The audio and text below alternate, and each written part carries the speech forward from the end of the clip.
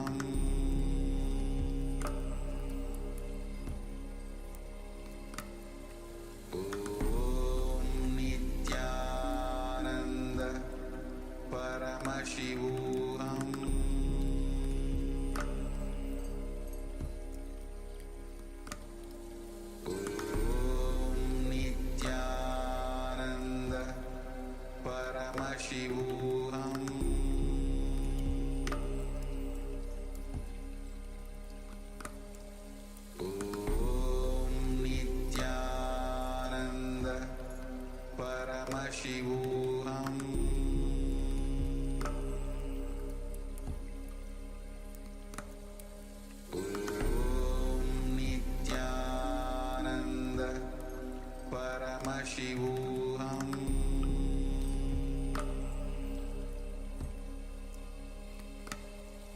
Om Nithyananda Paramashivoham.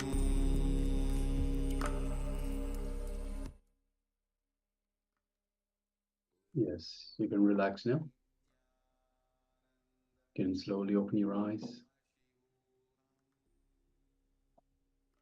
Gently let the light come back to your eyes.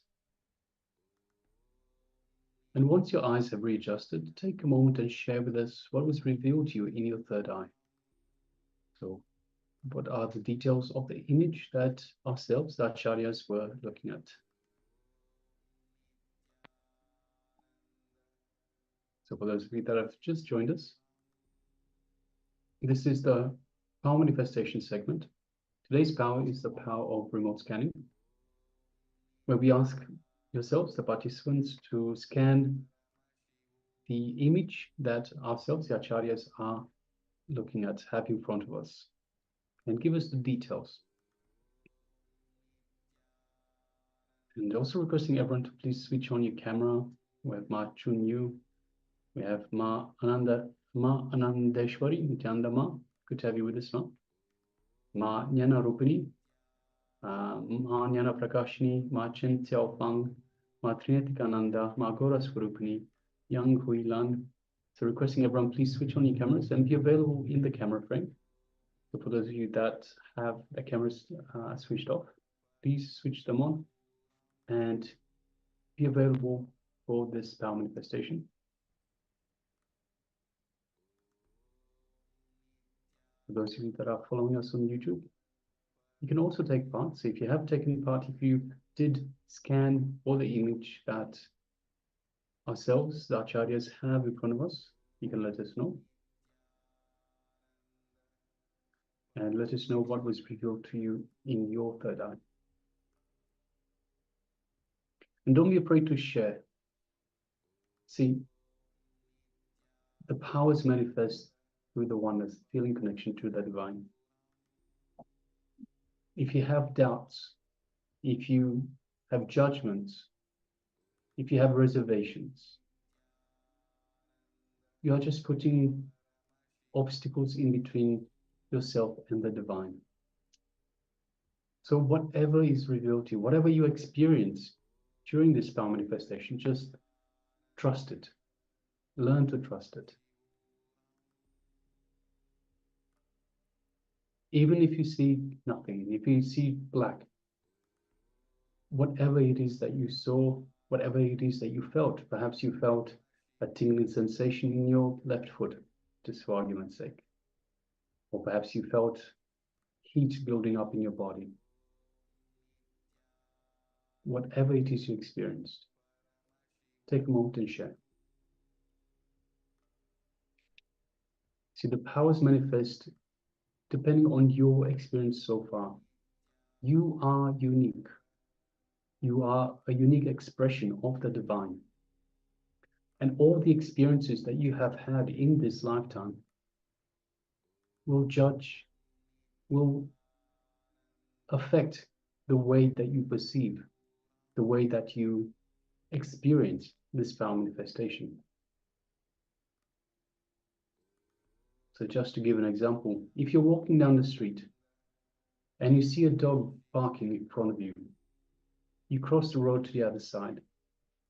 As you cross the road, you trip and fall down, hurting your knee. From that point forward, anything related to a dog barking, you might relate to your knee. So if we had, for example, a dog displaying on our screen, your knee might hurt because that is the relation that you have built. That is the experience that you have had in your life. So anything that you experience in these power manifestations, anything at all, pay attention to it, the smallest detail, pay attention to it, and trust that you are experiencing everything as part of your divine connection.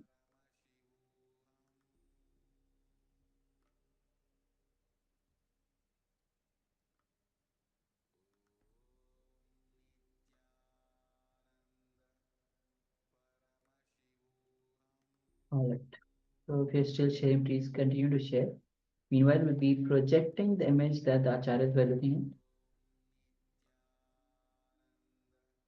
You can see it's a nice image of a yak next to a lake. You can see up high in the mountains. You can see the mountains. You can see all the colorful stuff that's on top of the yak. So we have the saddle. We have underneath the saddle, we have a red and yellow. Actually, it looks like a bag of rice, but let's say it's some sort of a cover. We have the saddle that is on top of the yak.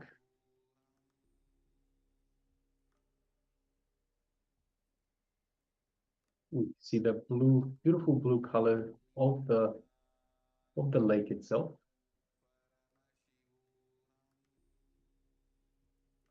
It's almost an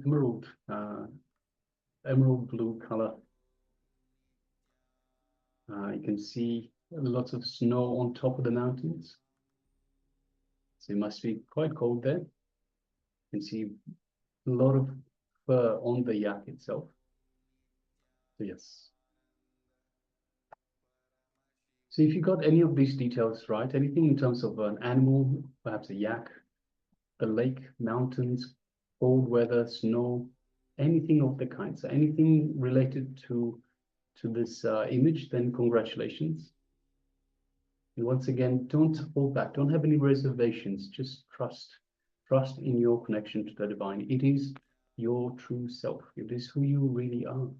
You are not this body. You are having a human experience. You are divine being having a human experience.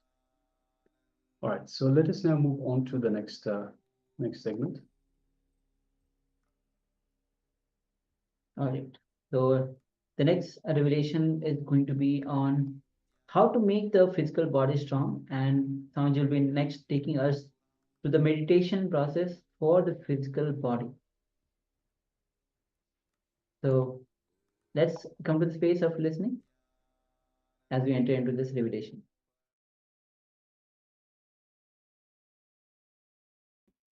And if you allow the whole body to breathe, inhale and exhale, if you allow the whole body to take the prana in and release the ashuddha prana out, you will have a different well-being.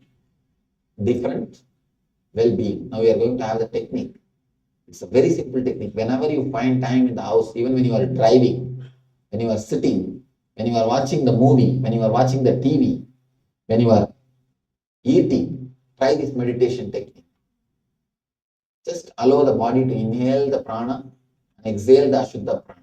It's a simple technique now we will be doing.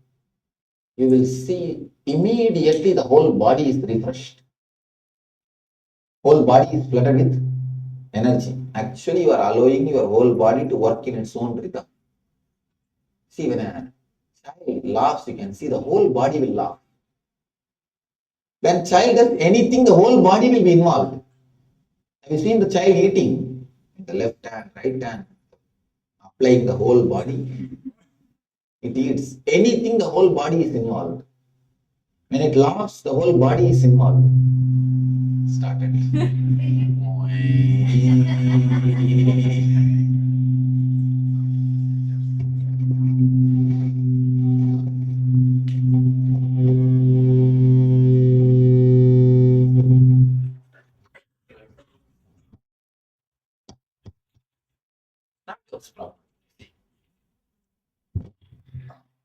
As long as it is held in the hand.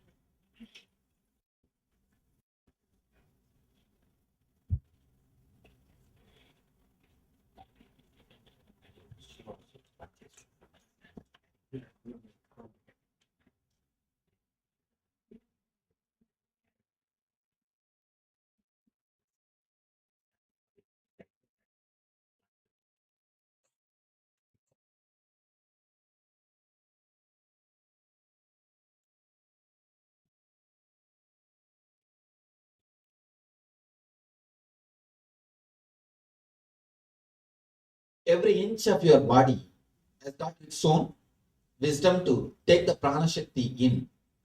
One more thing, prana does not mean air. Prana is not air. Prana is air energy. It can take in, breathe, inhale and exhale, not the air, but the energy. Energy which you gain through the air. What are the reasons we don't breathe? First thing, we don't live throughout our body. Why we don't live throughout our body? 2-3 reasons, 2-3 main things. Why we don't live throughout our body? First reason, an important reason. The moment you start thinking somebody else's body is beautiful, you stop living inside your body totally. The moment you create a supermodel for you, if you are a male, you will have some actor, foolish fellows photograph in your room and go on doing this. And wanted to look just like him. Go on dressing him like him. Dressing like him. If you are a female, you have some actors, Miss Universe or Miss World or something, continuously applying the lipstick just like her. Continuously painting the face like her, or continuously trying to dress like her. The moment you start thinking somebody is beautiful and you want to be that like that person, you stop living inside your body totally. Please understand. One more problem. Unless I move my hands, I don't speak. I speak more with the body language than with the.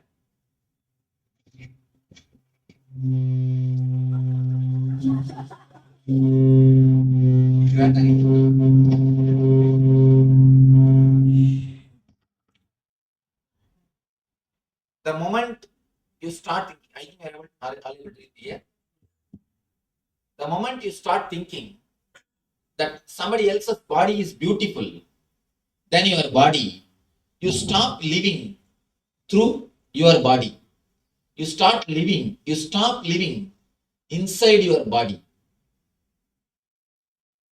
An important thing.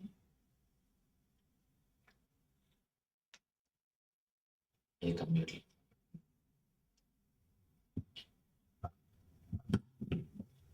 Okay.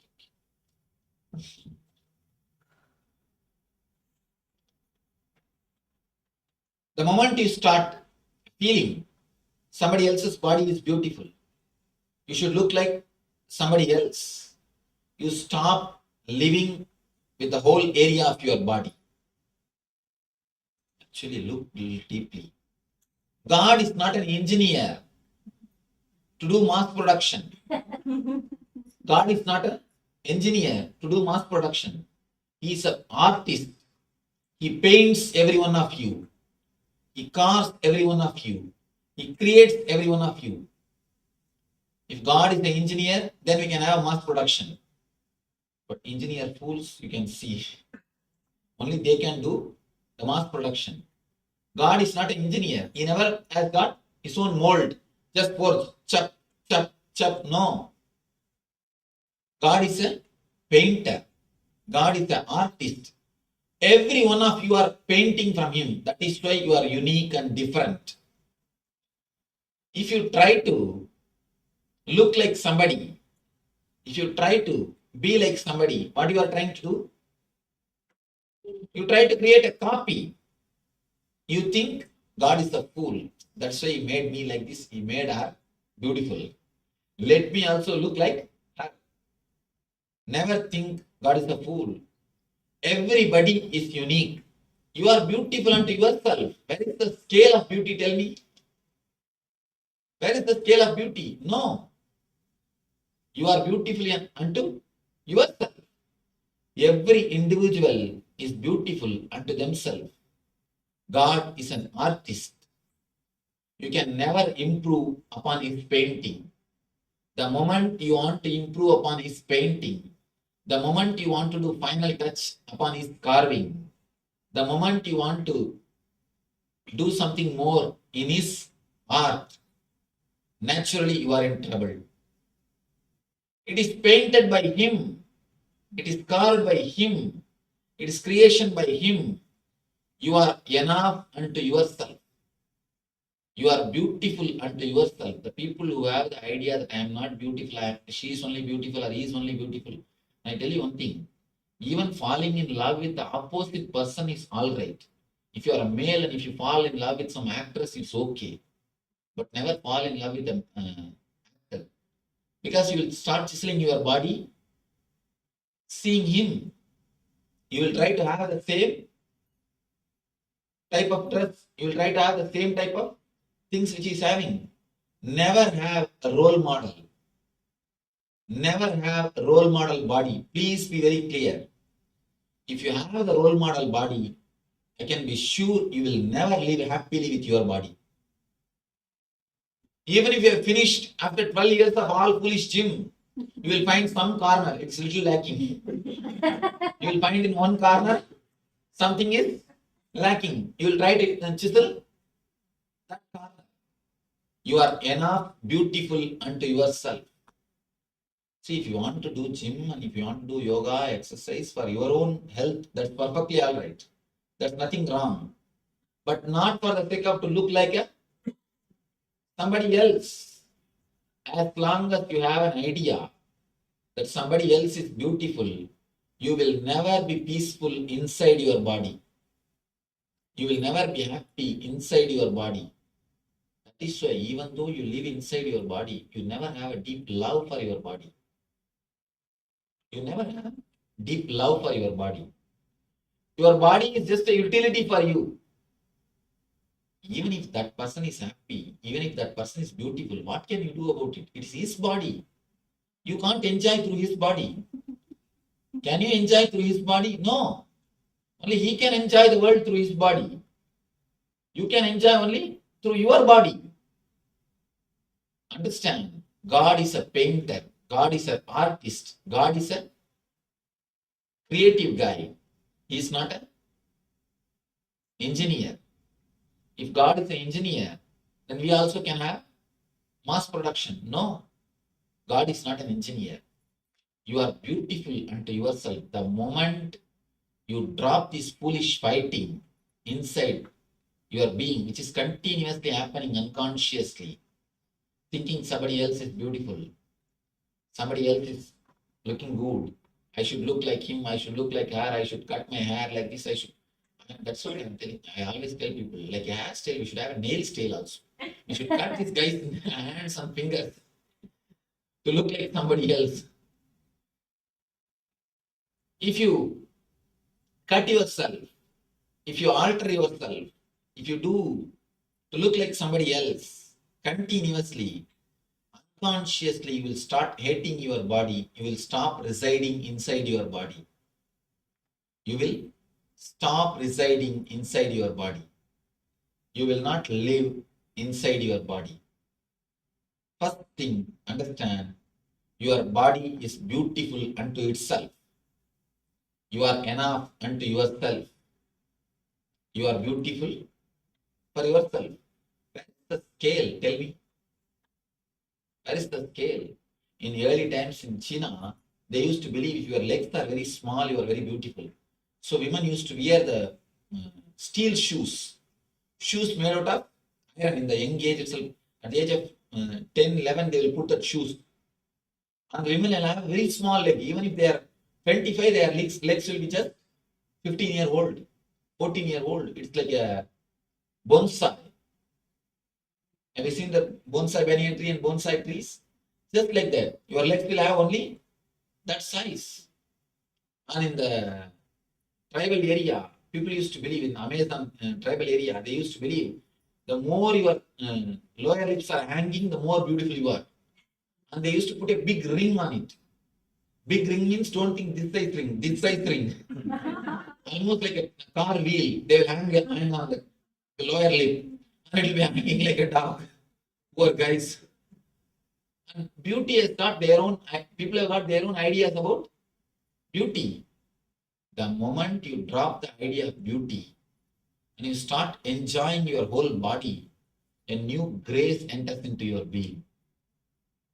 A new grace starts happening to your being. People come and ask me, Swami, just after ASP and NSP, in 15, 20 days, my face has changed, Swami. So many people come and tell me, my face changed. My face has become more beautiful. My eyes have become so clear. Everybody is telling, my face has changed, my face has changed. I'm glowing. It's nothing. I have not done any makeup. At least I don't teach any makeup technique. in my courses, no makeup techniques are taught. No. When you start living inside your body, the new grace comes to you. A new grace happens to you. A new, different kind of beauty starts happening to you. See, the ordinary beauty comes by makeup. If you put ear black and ear white, then it comes. If you go in the rain place, they will change the place. And that will become white and this will become black. Anyhow, ordinary beauty comes by makeup.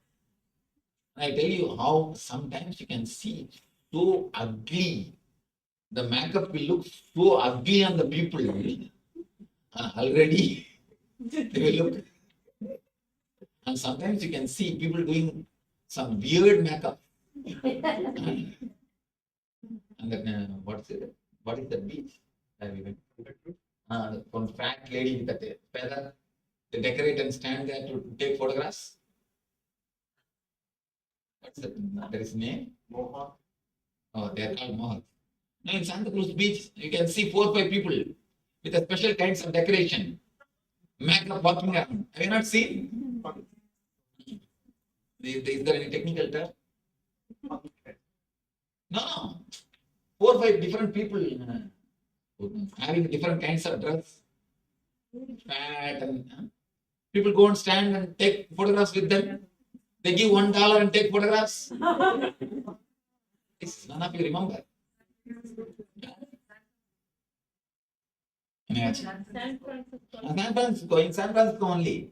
In San Francisco, if you go to that beach, Pier 39, people, different kinds of makeups, different kinds of weird makeup. People walk around there. You can go and stand and have photograph with them. Sometimes the people makeup just looks just like that only. It almost looks like that only. See, so-called beauty comes by makeup. The more you do the makeup, the more you hate your body. People always think, I do makeup because I love my body. No, never. Never have that understanding. You hate your body. That is why you want to look like somebody. So when you want to look like somebody, you do all makeup. Maintaining the body is different and doing makeup is different. If you maintain your body, you love your body. The more you do the makeup, more you hate your body. You want to look like somebody else. You want to behave like somebody else. Stop that foolishness, which is in your unconscious mind. The moment you understand that I don't have to look like somebody else, I am enough unto myself, you will have such a deep peace and calmness and relaxed feeling, the easiness inside your mind and inside your body. You will have such a deep, cool feeling flowing all over your body. Continuously, you will have that coolness. The moment you relax into your body, the moment you say, there is no need for me to imitate somebody else's size. My size is enough. This is the way I am. This is the way I am beautiful. What is the wrong? There is no scale. In India, Buddhas are always carved as a very masculine, small hip and the broad chest. In Japan, Buddhas are always carved as with big belly. Because belly is considered to be the beauty in Japan. In Japan, you can see all Buddhas are with big belly, laughing Buddha, all Buddha. But in India, Buddha means very masculine, like an athlete. Understand? It is just social concept. Don't internalize the social concept to destroy your body, your immune system. The more you hate your body, the less is the immune system works. The more you are happy with your body, the more you are relaxed with your body, the more active your immune system.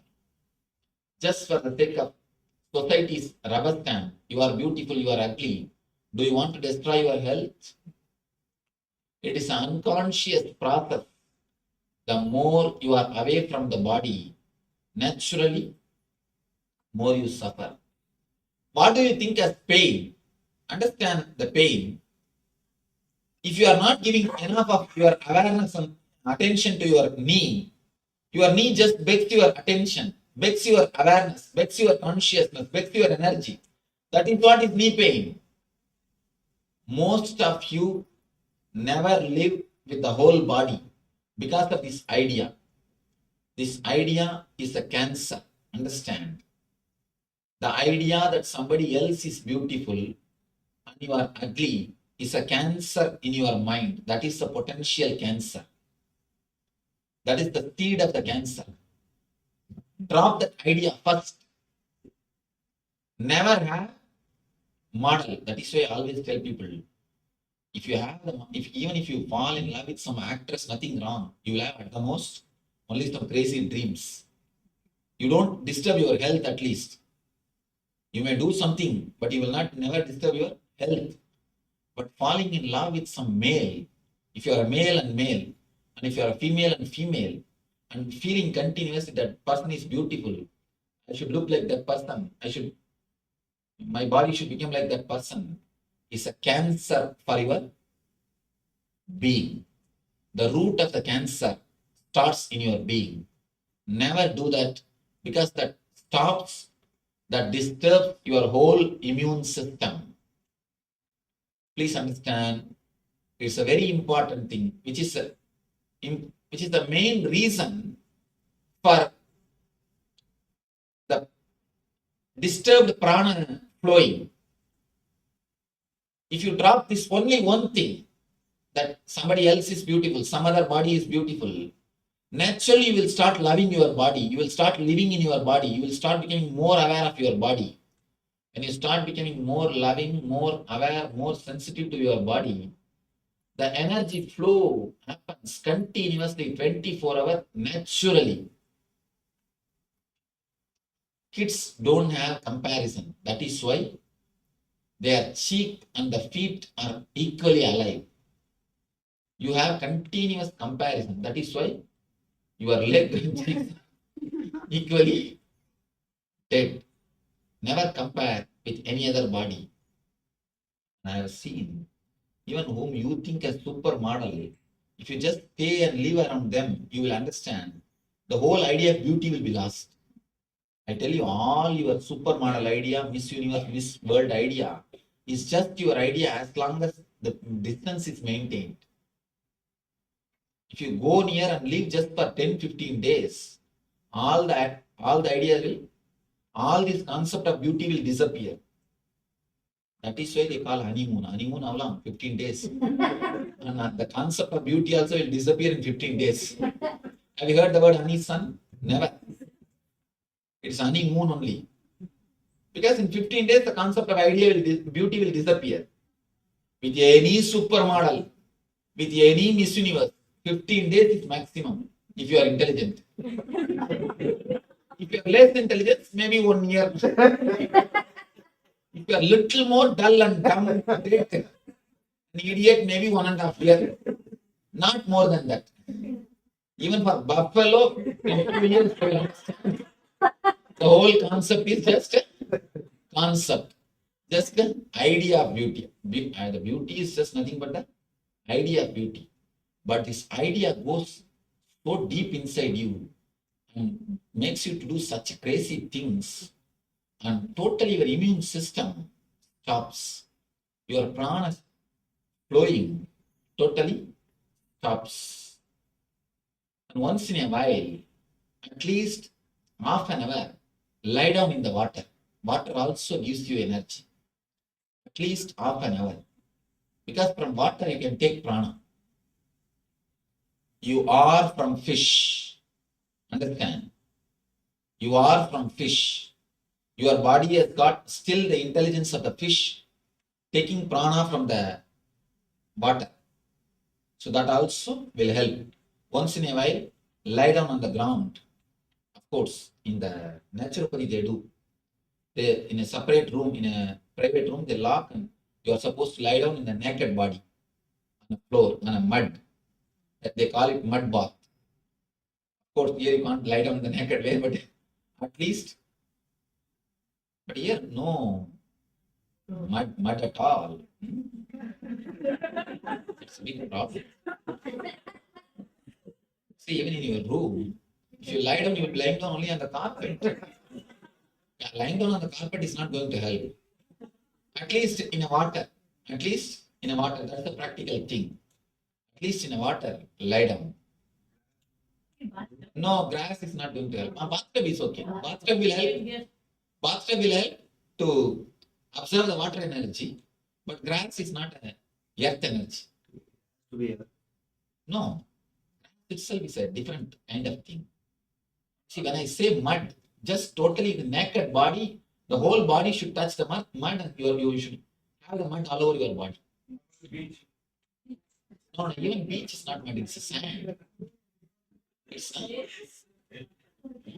What about the marble or granite floor? No? Swamiji, we have Bhagavad here in a place called Kalasthoga and all. Yeah, but we don't know. But Swamiji, here they have some kind of thing.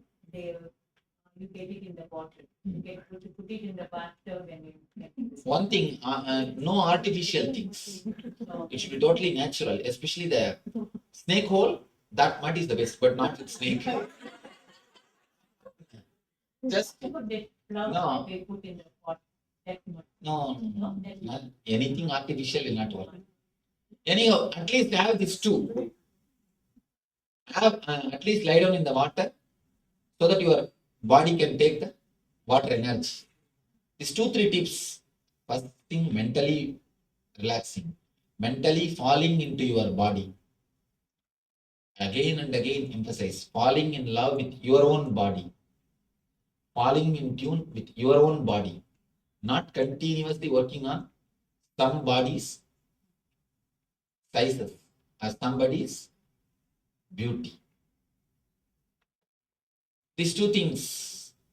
First, stop interfering your pains, your reequipping process, regeneration process, and start encouraging your innate immune system, innate immune healing capacity.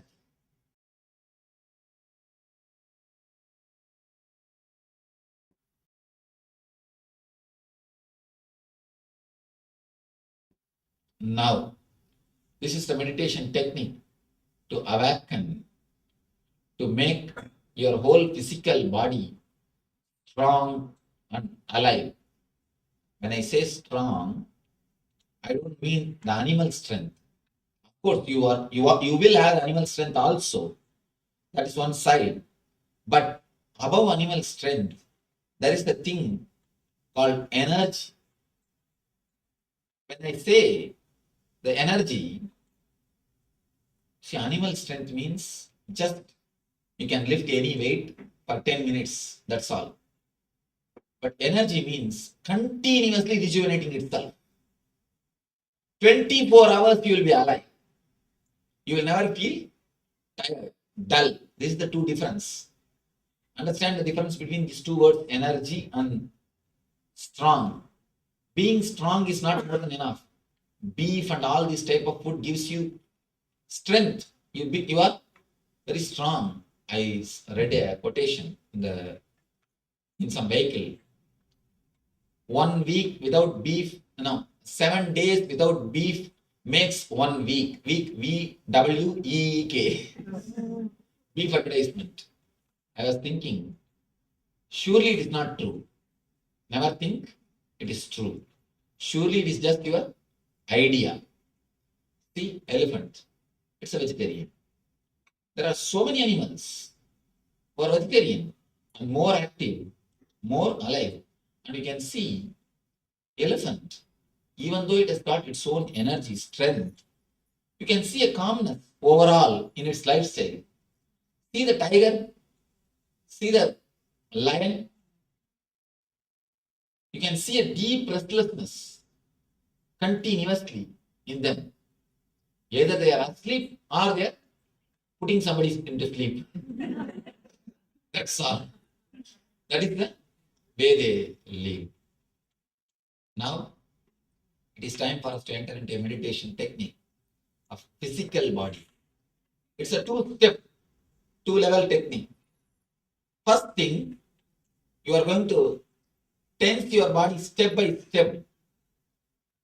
step from legs to toe.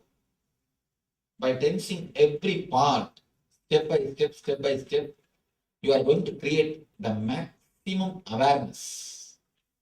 Whatever toxins you have collected, stress you have collected, energy clouds you have done, you created, you are going to melt everything. You are going to clear everything away. All the toxins, all the tension, all the stress will be cleansed. Whatever toxins you have accumulated, actually, just like a blood clot, there is a thing called energy clot. The energy does not move in that region freely. That's why the pain starts, pains. This technique will remove the energy clots. It will remove the energy clots. Step by step, we will go from feet to the head. Next, we will come down from head to feet by breathing, inhaling and exhaling every individual part. You will visualize every part step by step, inhaling and exhaling individually, independently. Example, head means visualize. Just the head is shrinking and expanding. It is taking the prana shakti in, leaving the ashuddha prana, the vipana in, the apana out. Taking the prana and it leaves the apana. The pure energy is taken and impure energy is exhaled. Step by step, part by part, feel your body is just individually inhaling and exhaling. Apart from your nose, your whole body, visualize step by step. This will awaken the innate healing capacity, innate healing intelligence of your body. It will awaken the innate rejuvenating capacity of your body. Understand? First, we will go from down to up by tensing it. Second, we will come from up to down by breathing, totally relaxed and utterly breathing every part of the body. So this will remove all the pains and it will totally awaken the healing capacity, healing intelligence of your body. Any doubt in the meditation technique? I'll guide you. A step mentally, create maximum pressure in that area. Create the maximum, if your leg means, just feel mentally you are creating a maximum pressure in that area. Feel as if you will burst. Create that much of pressure and tension in that area as much as possible. Step by step, I myself will guide you. Please get ready, remove the chairs. You are supposed to lie down, so make enough space now itself to lie down. Tie the ribbon.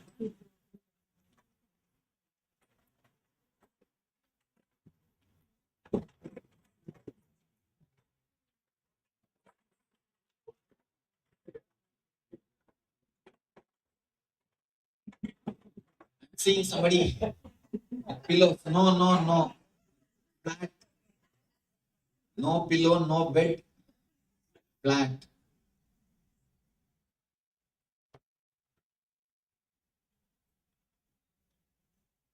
Somebody is getting ready to sleep. No side. You should be clearly on your back.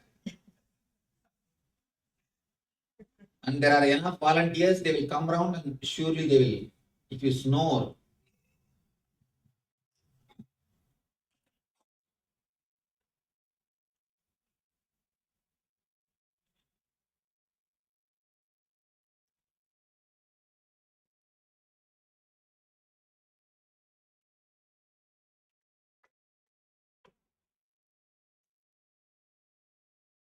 start inhaling and exhaling as slowly but as deeply as possible. Hands should be in a relaxed position. The side. Put your hands in the side, not on your body. No pillow, no bed sheet.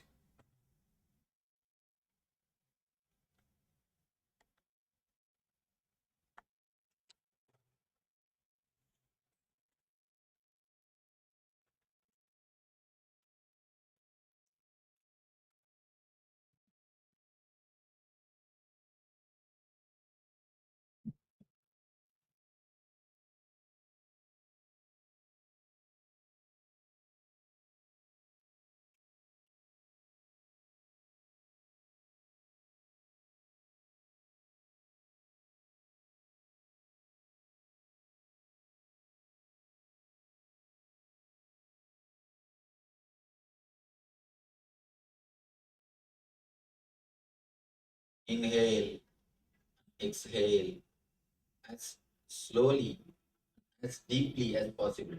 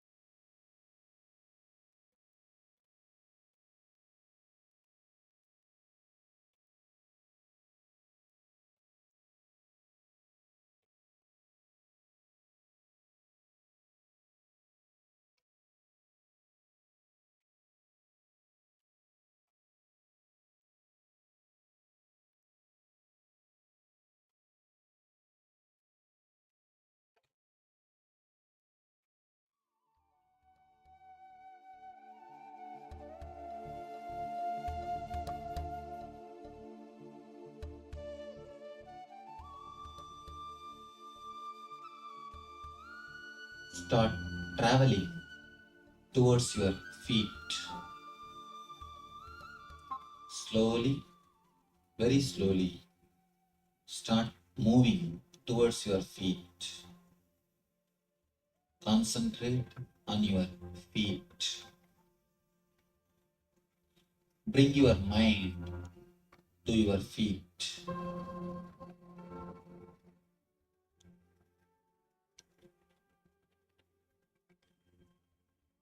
Centralize yourself totally in your feet.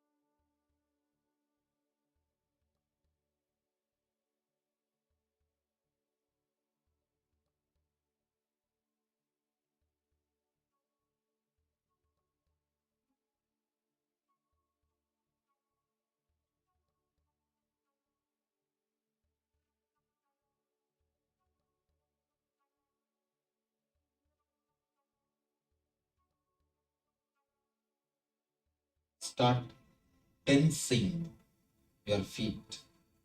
Tense your feet as much as possible. Maximum possible. Give the maximum possible pressure to your feet. Feel as if it will burst. Create the maximum pressure.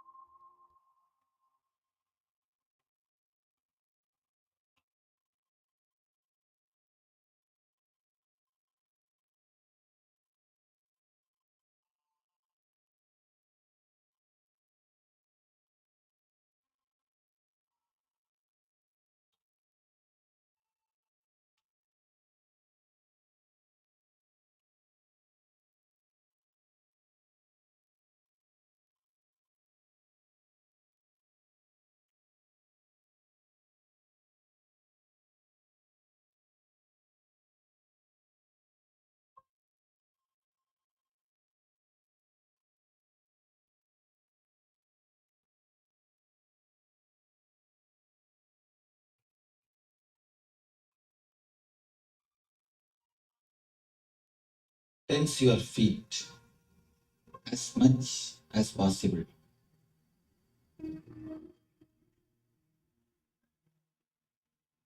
Create the maximum tension, don't relax.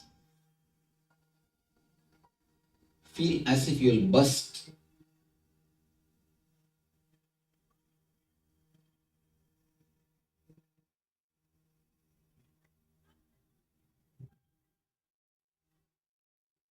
Come to your ankles.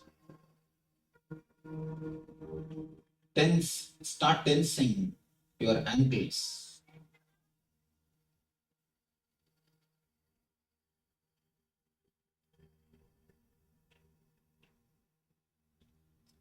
Below the knee, tense the whole body. Below the knee, tense your whole legs.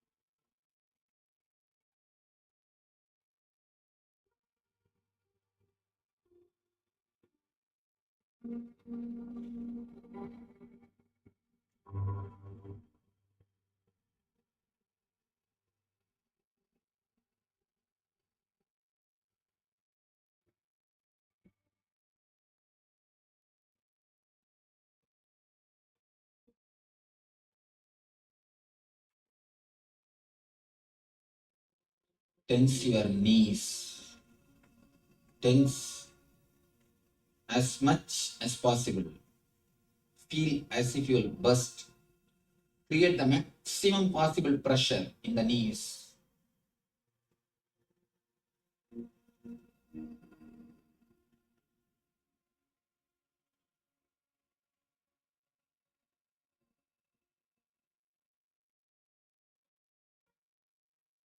Don't relax, just tense.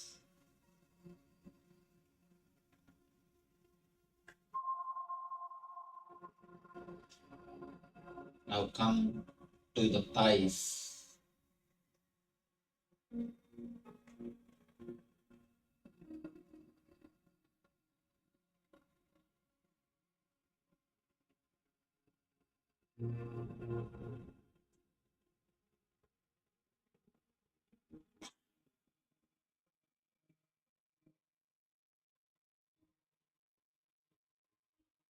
Tense your thighs as much as possible.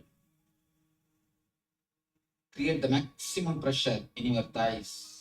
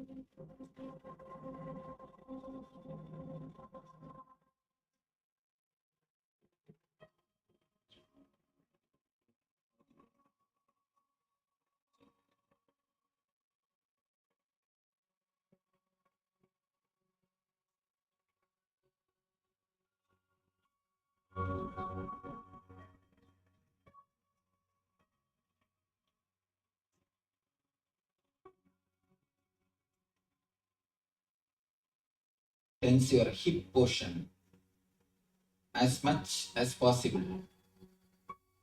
As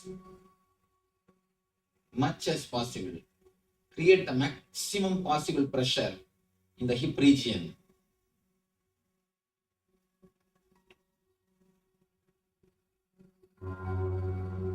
Feel as if you will burst. Create the maximum pressure.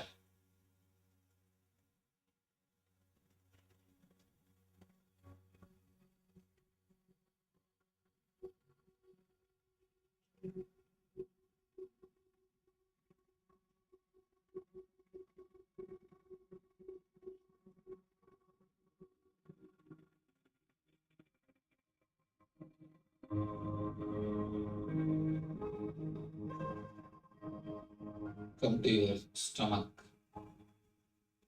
navel center. Create the maximum pressure in your navel center.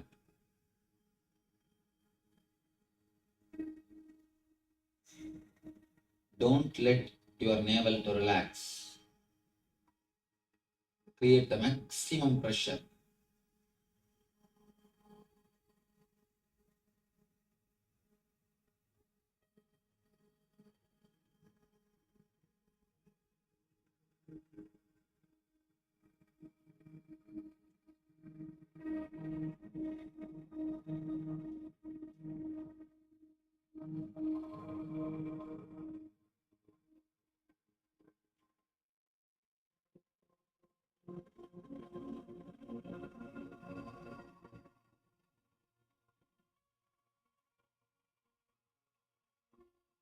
Create more and more pressure. Don't allow your body to rest. No movements.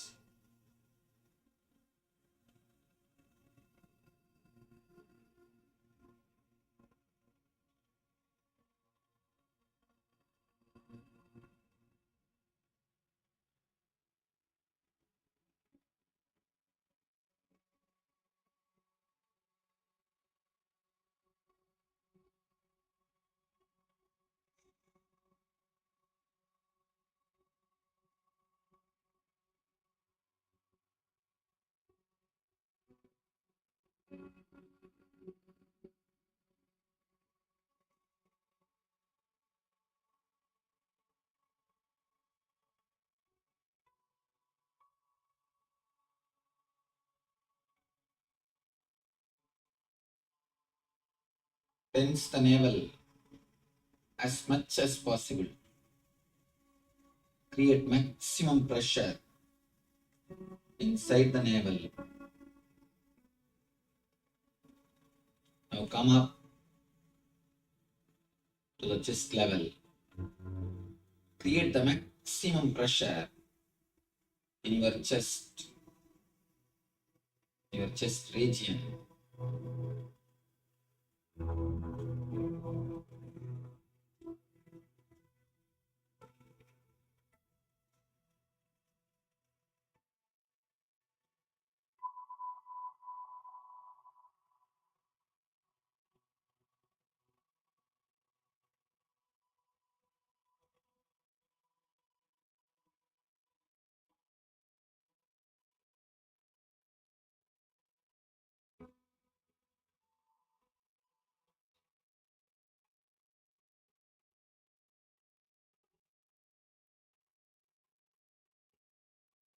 Create the maximum pressure, maximum tension in your chest region.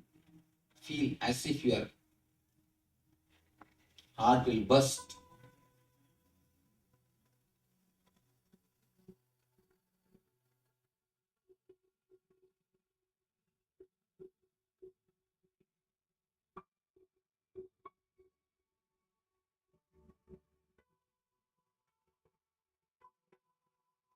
Tense your shoulders and hands.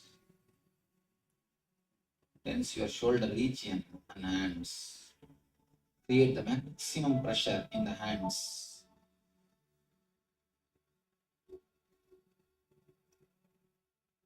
Tense your hands to the extreme level. Don't relax. Continue to tense. Again and again and again, continue to tense.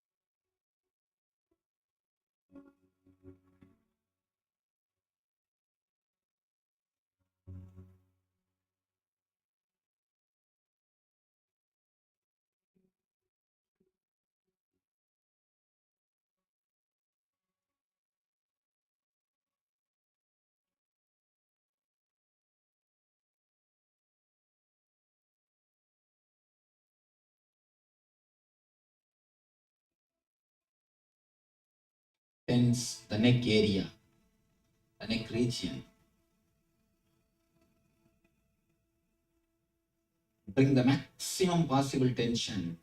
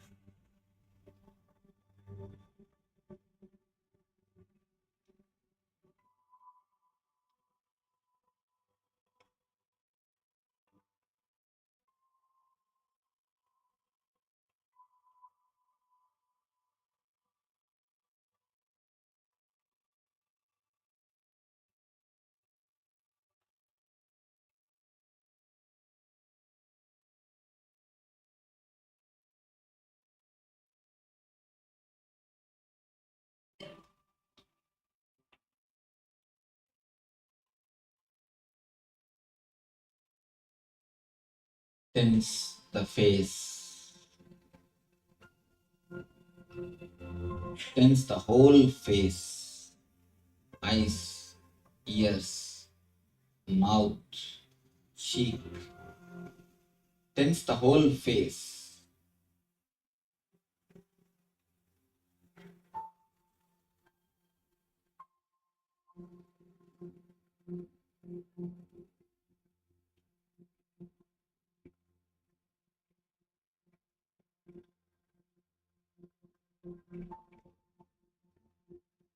Tense the whole head.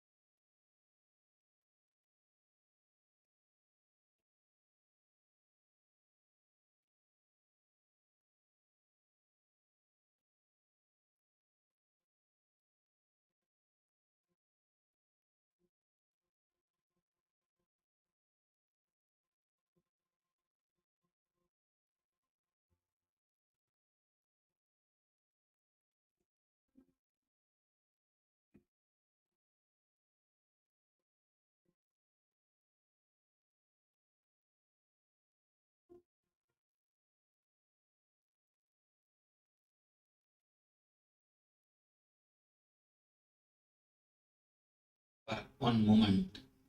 Tense the whole body. Maximum.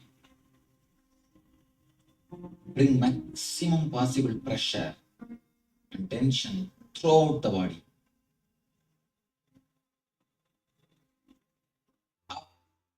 Up, up. Relax.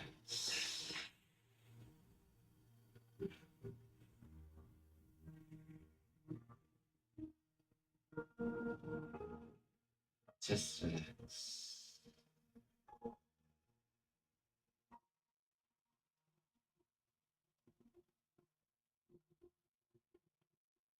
Just relax.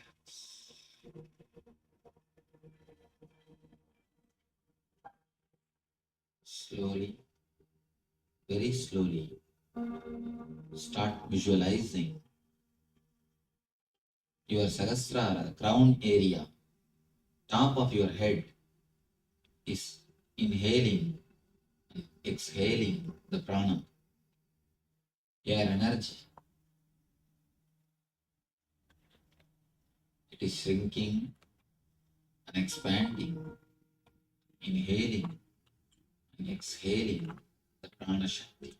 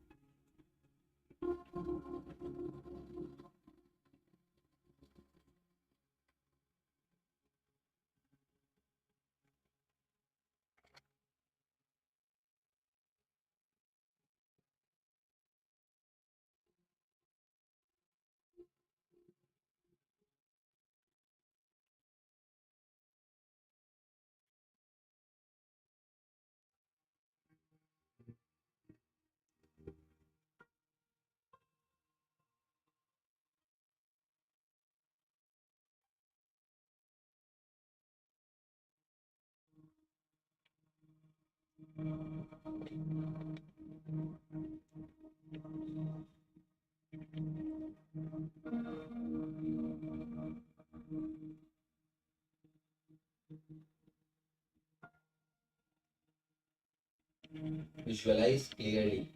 You are inhaling, exhaling.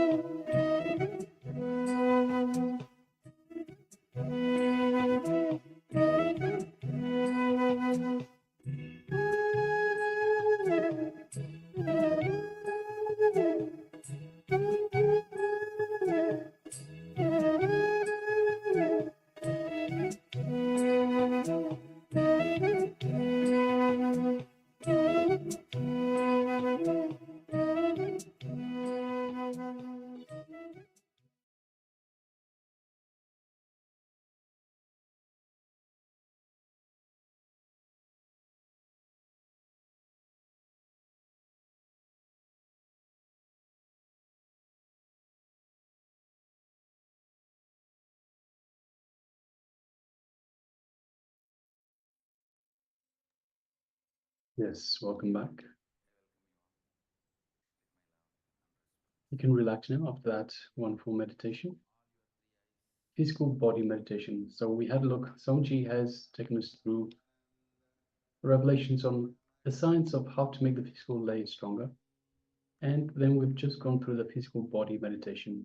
Meanwhile, I'd like to welcome everyone that has just recently joined us. Welcome, good to have you all with us. Nithyananda to everyone. So we are coming close to within 1 hour from Darshan. So next we're going to move into a power manifestation. And so power manifestation segment. Today's power is the power of remote scanning.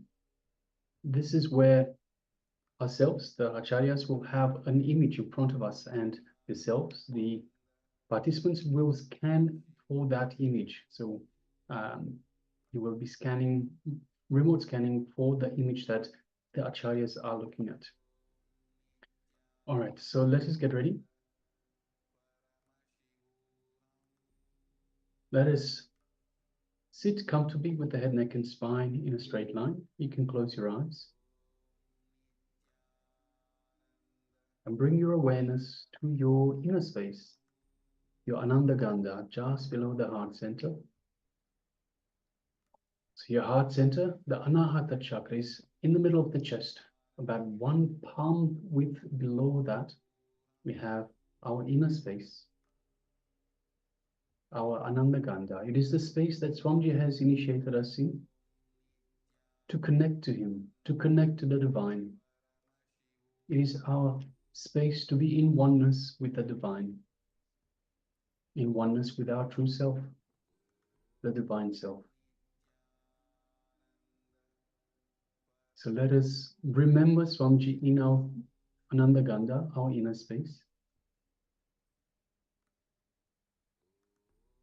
Remember everything that Swamiji is, represents, and means to us. Bring all of that in your inner space and connect to the Master. Invoke the Master in your inner space and feel the space of oneness with Swamiji.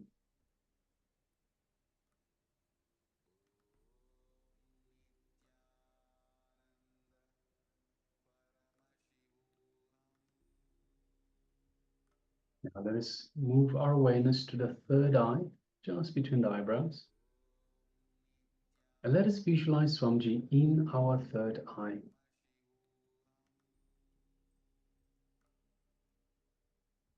Let us gently gaze through our third eye, keeping the 2 physical eyes closed, gazing through the third eye into Swamiji's third eye.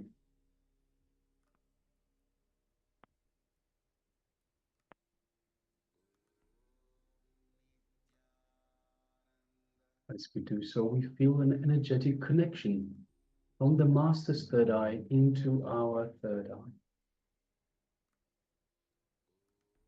We feel a cord of energy. We feel a light buildup of energy in our third eye. As Swamiji, the Supreme Pontiff of Hinduism, is awakening and energizing our third eye. Go ahead and feel all of that in your third eye.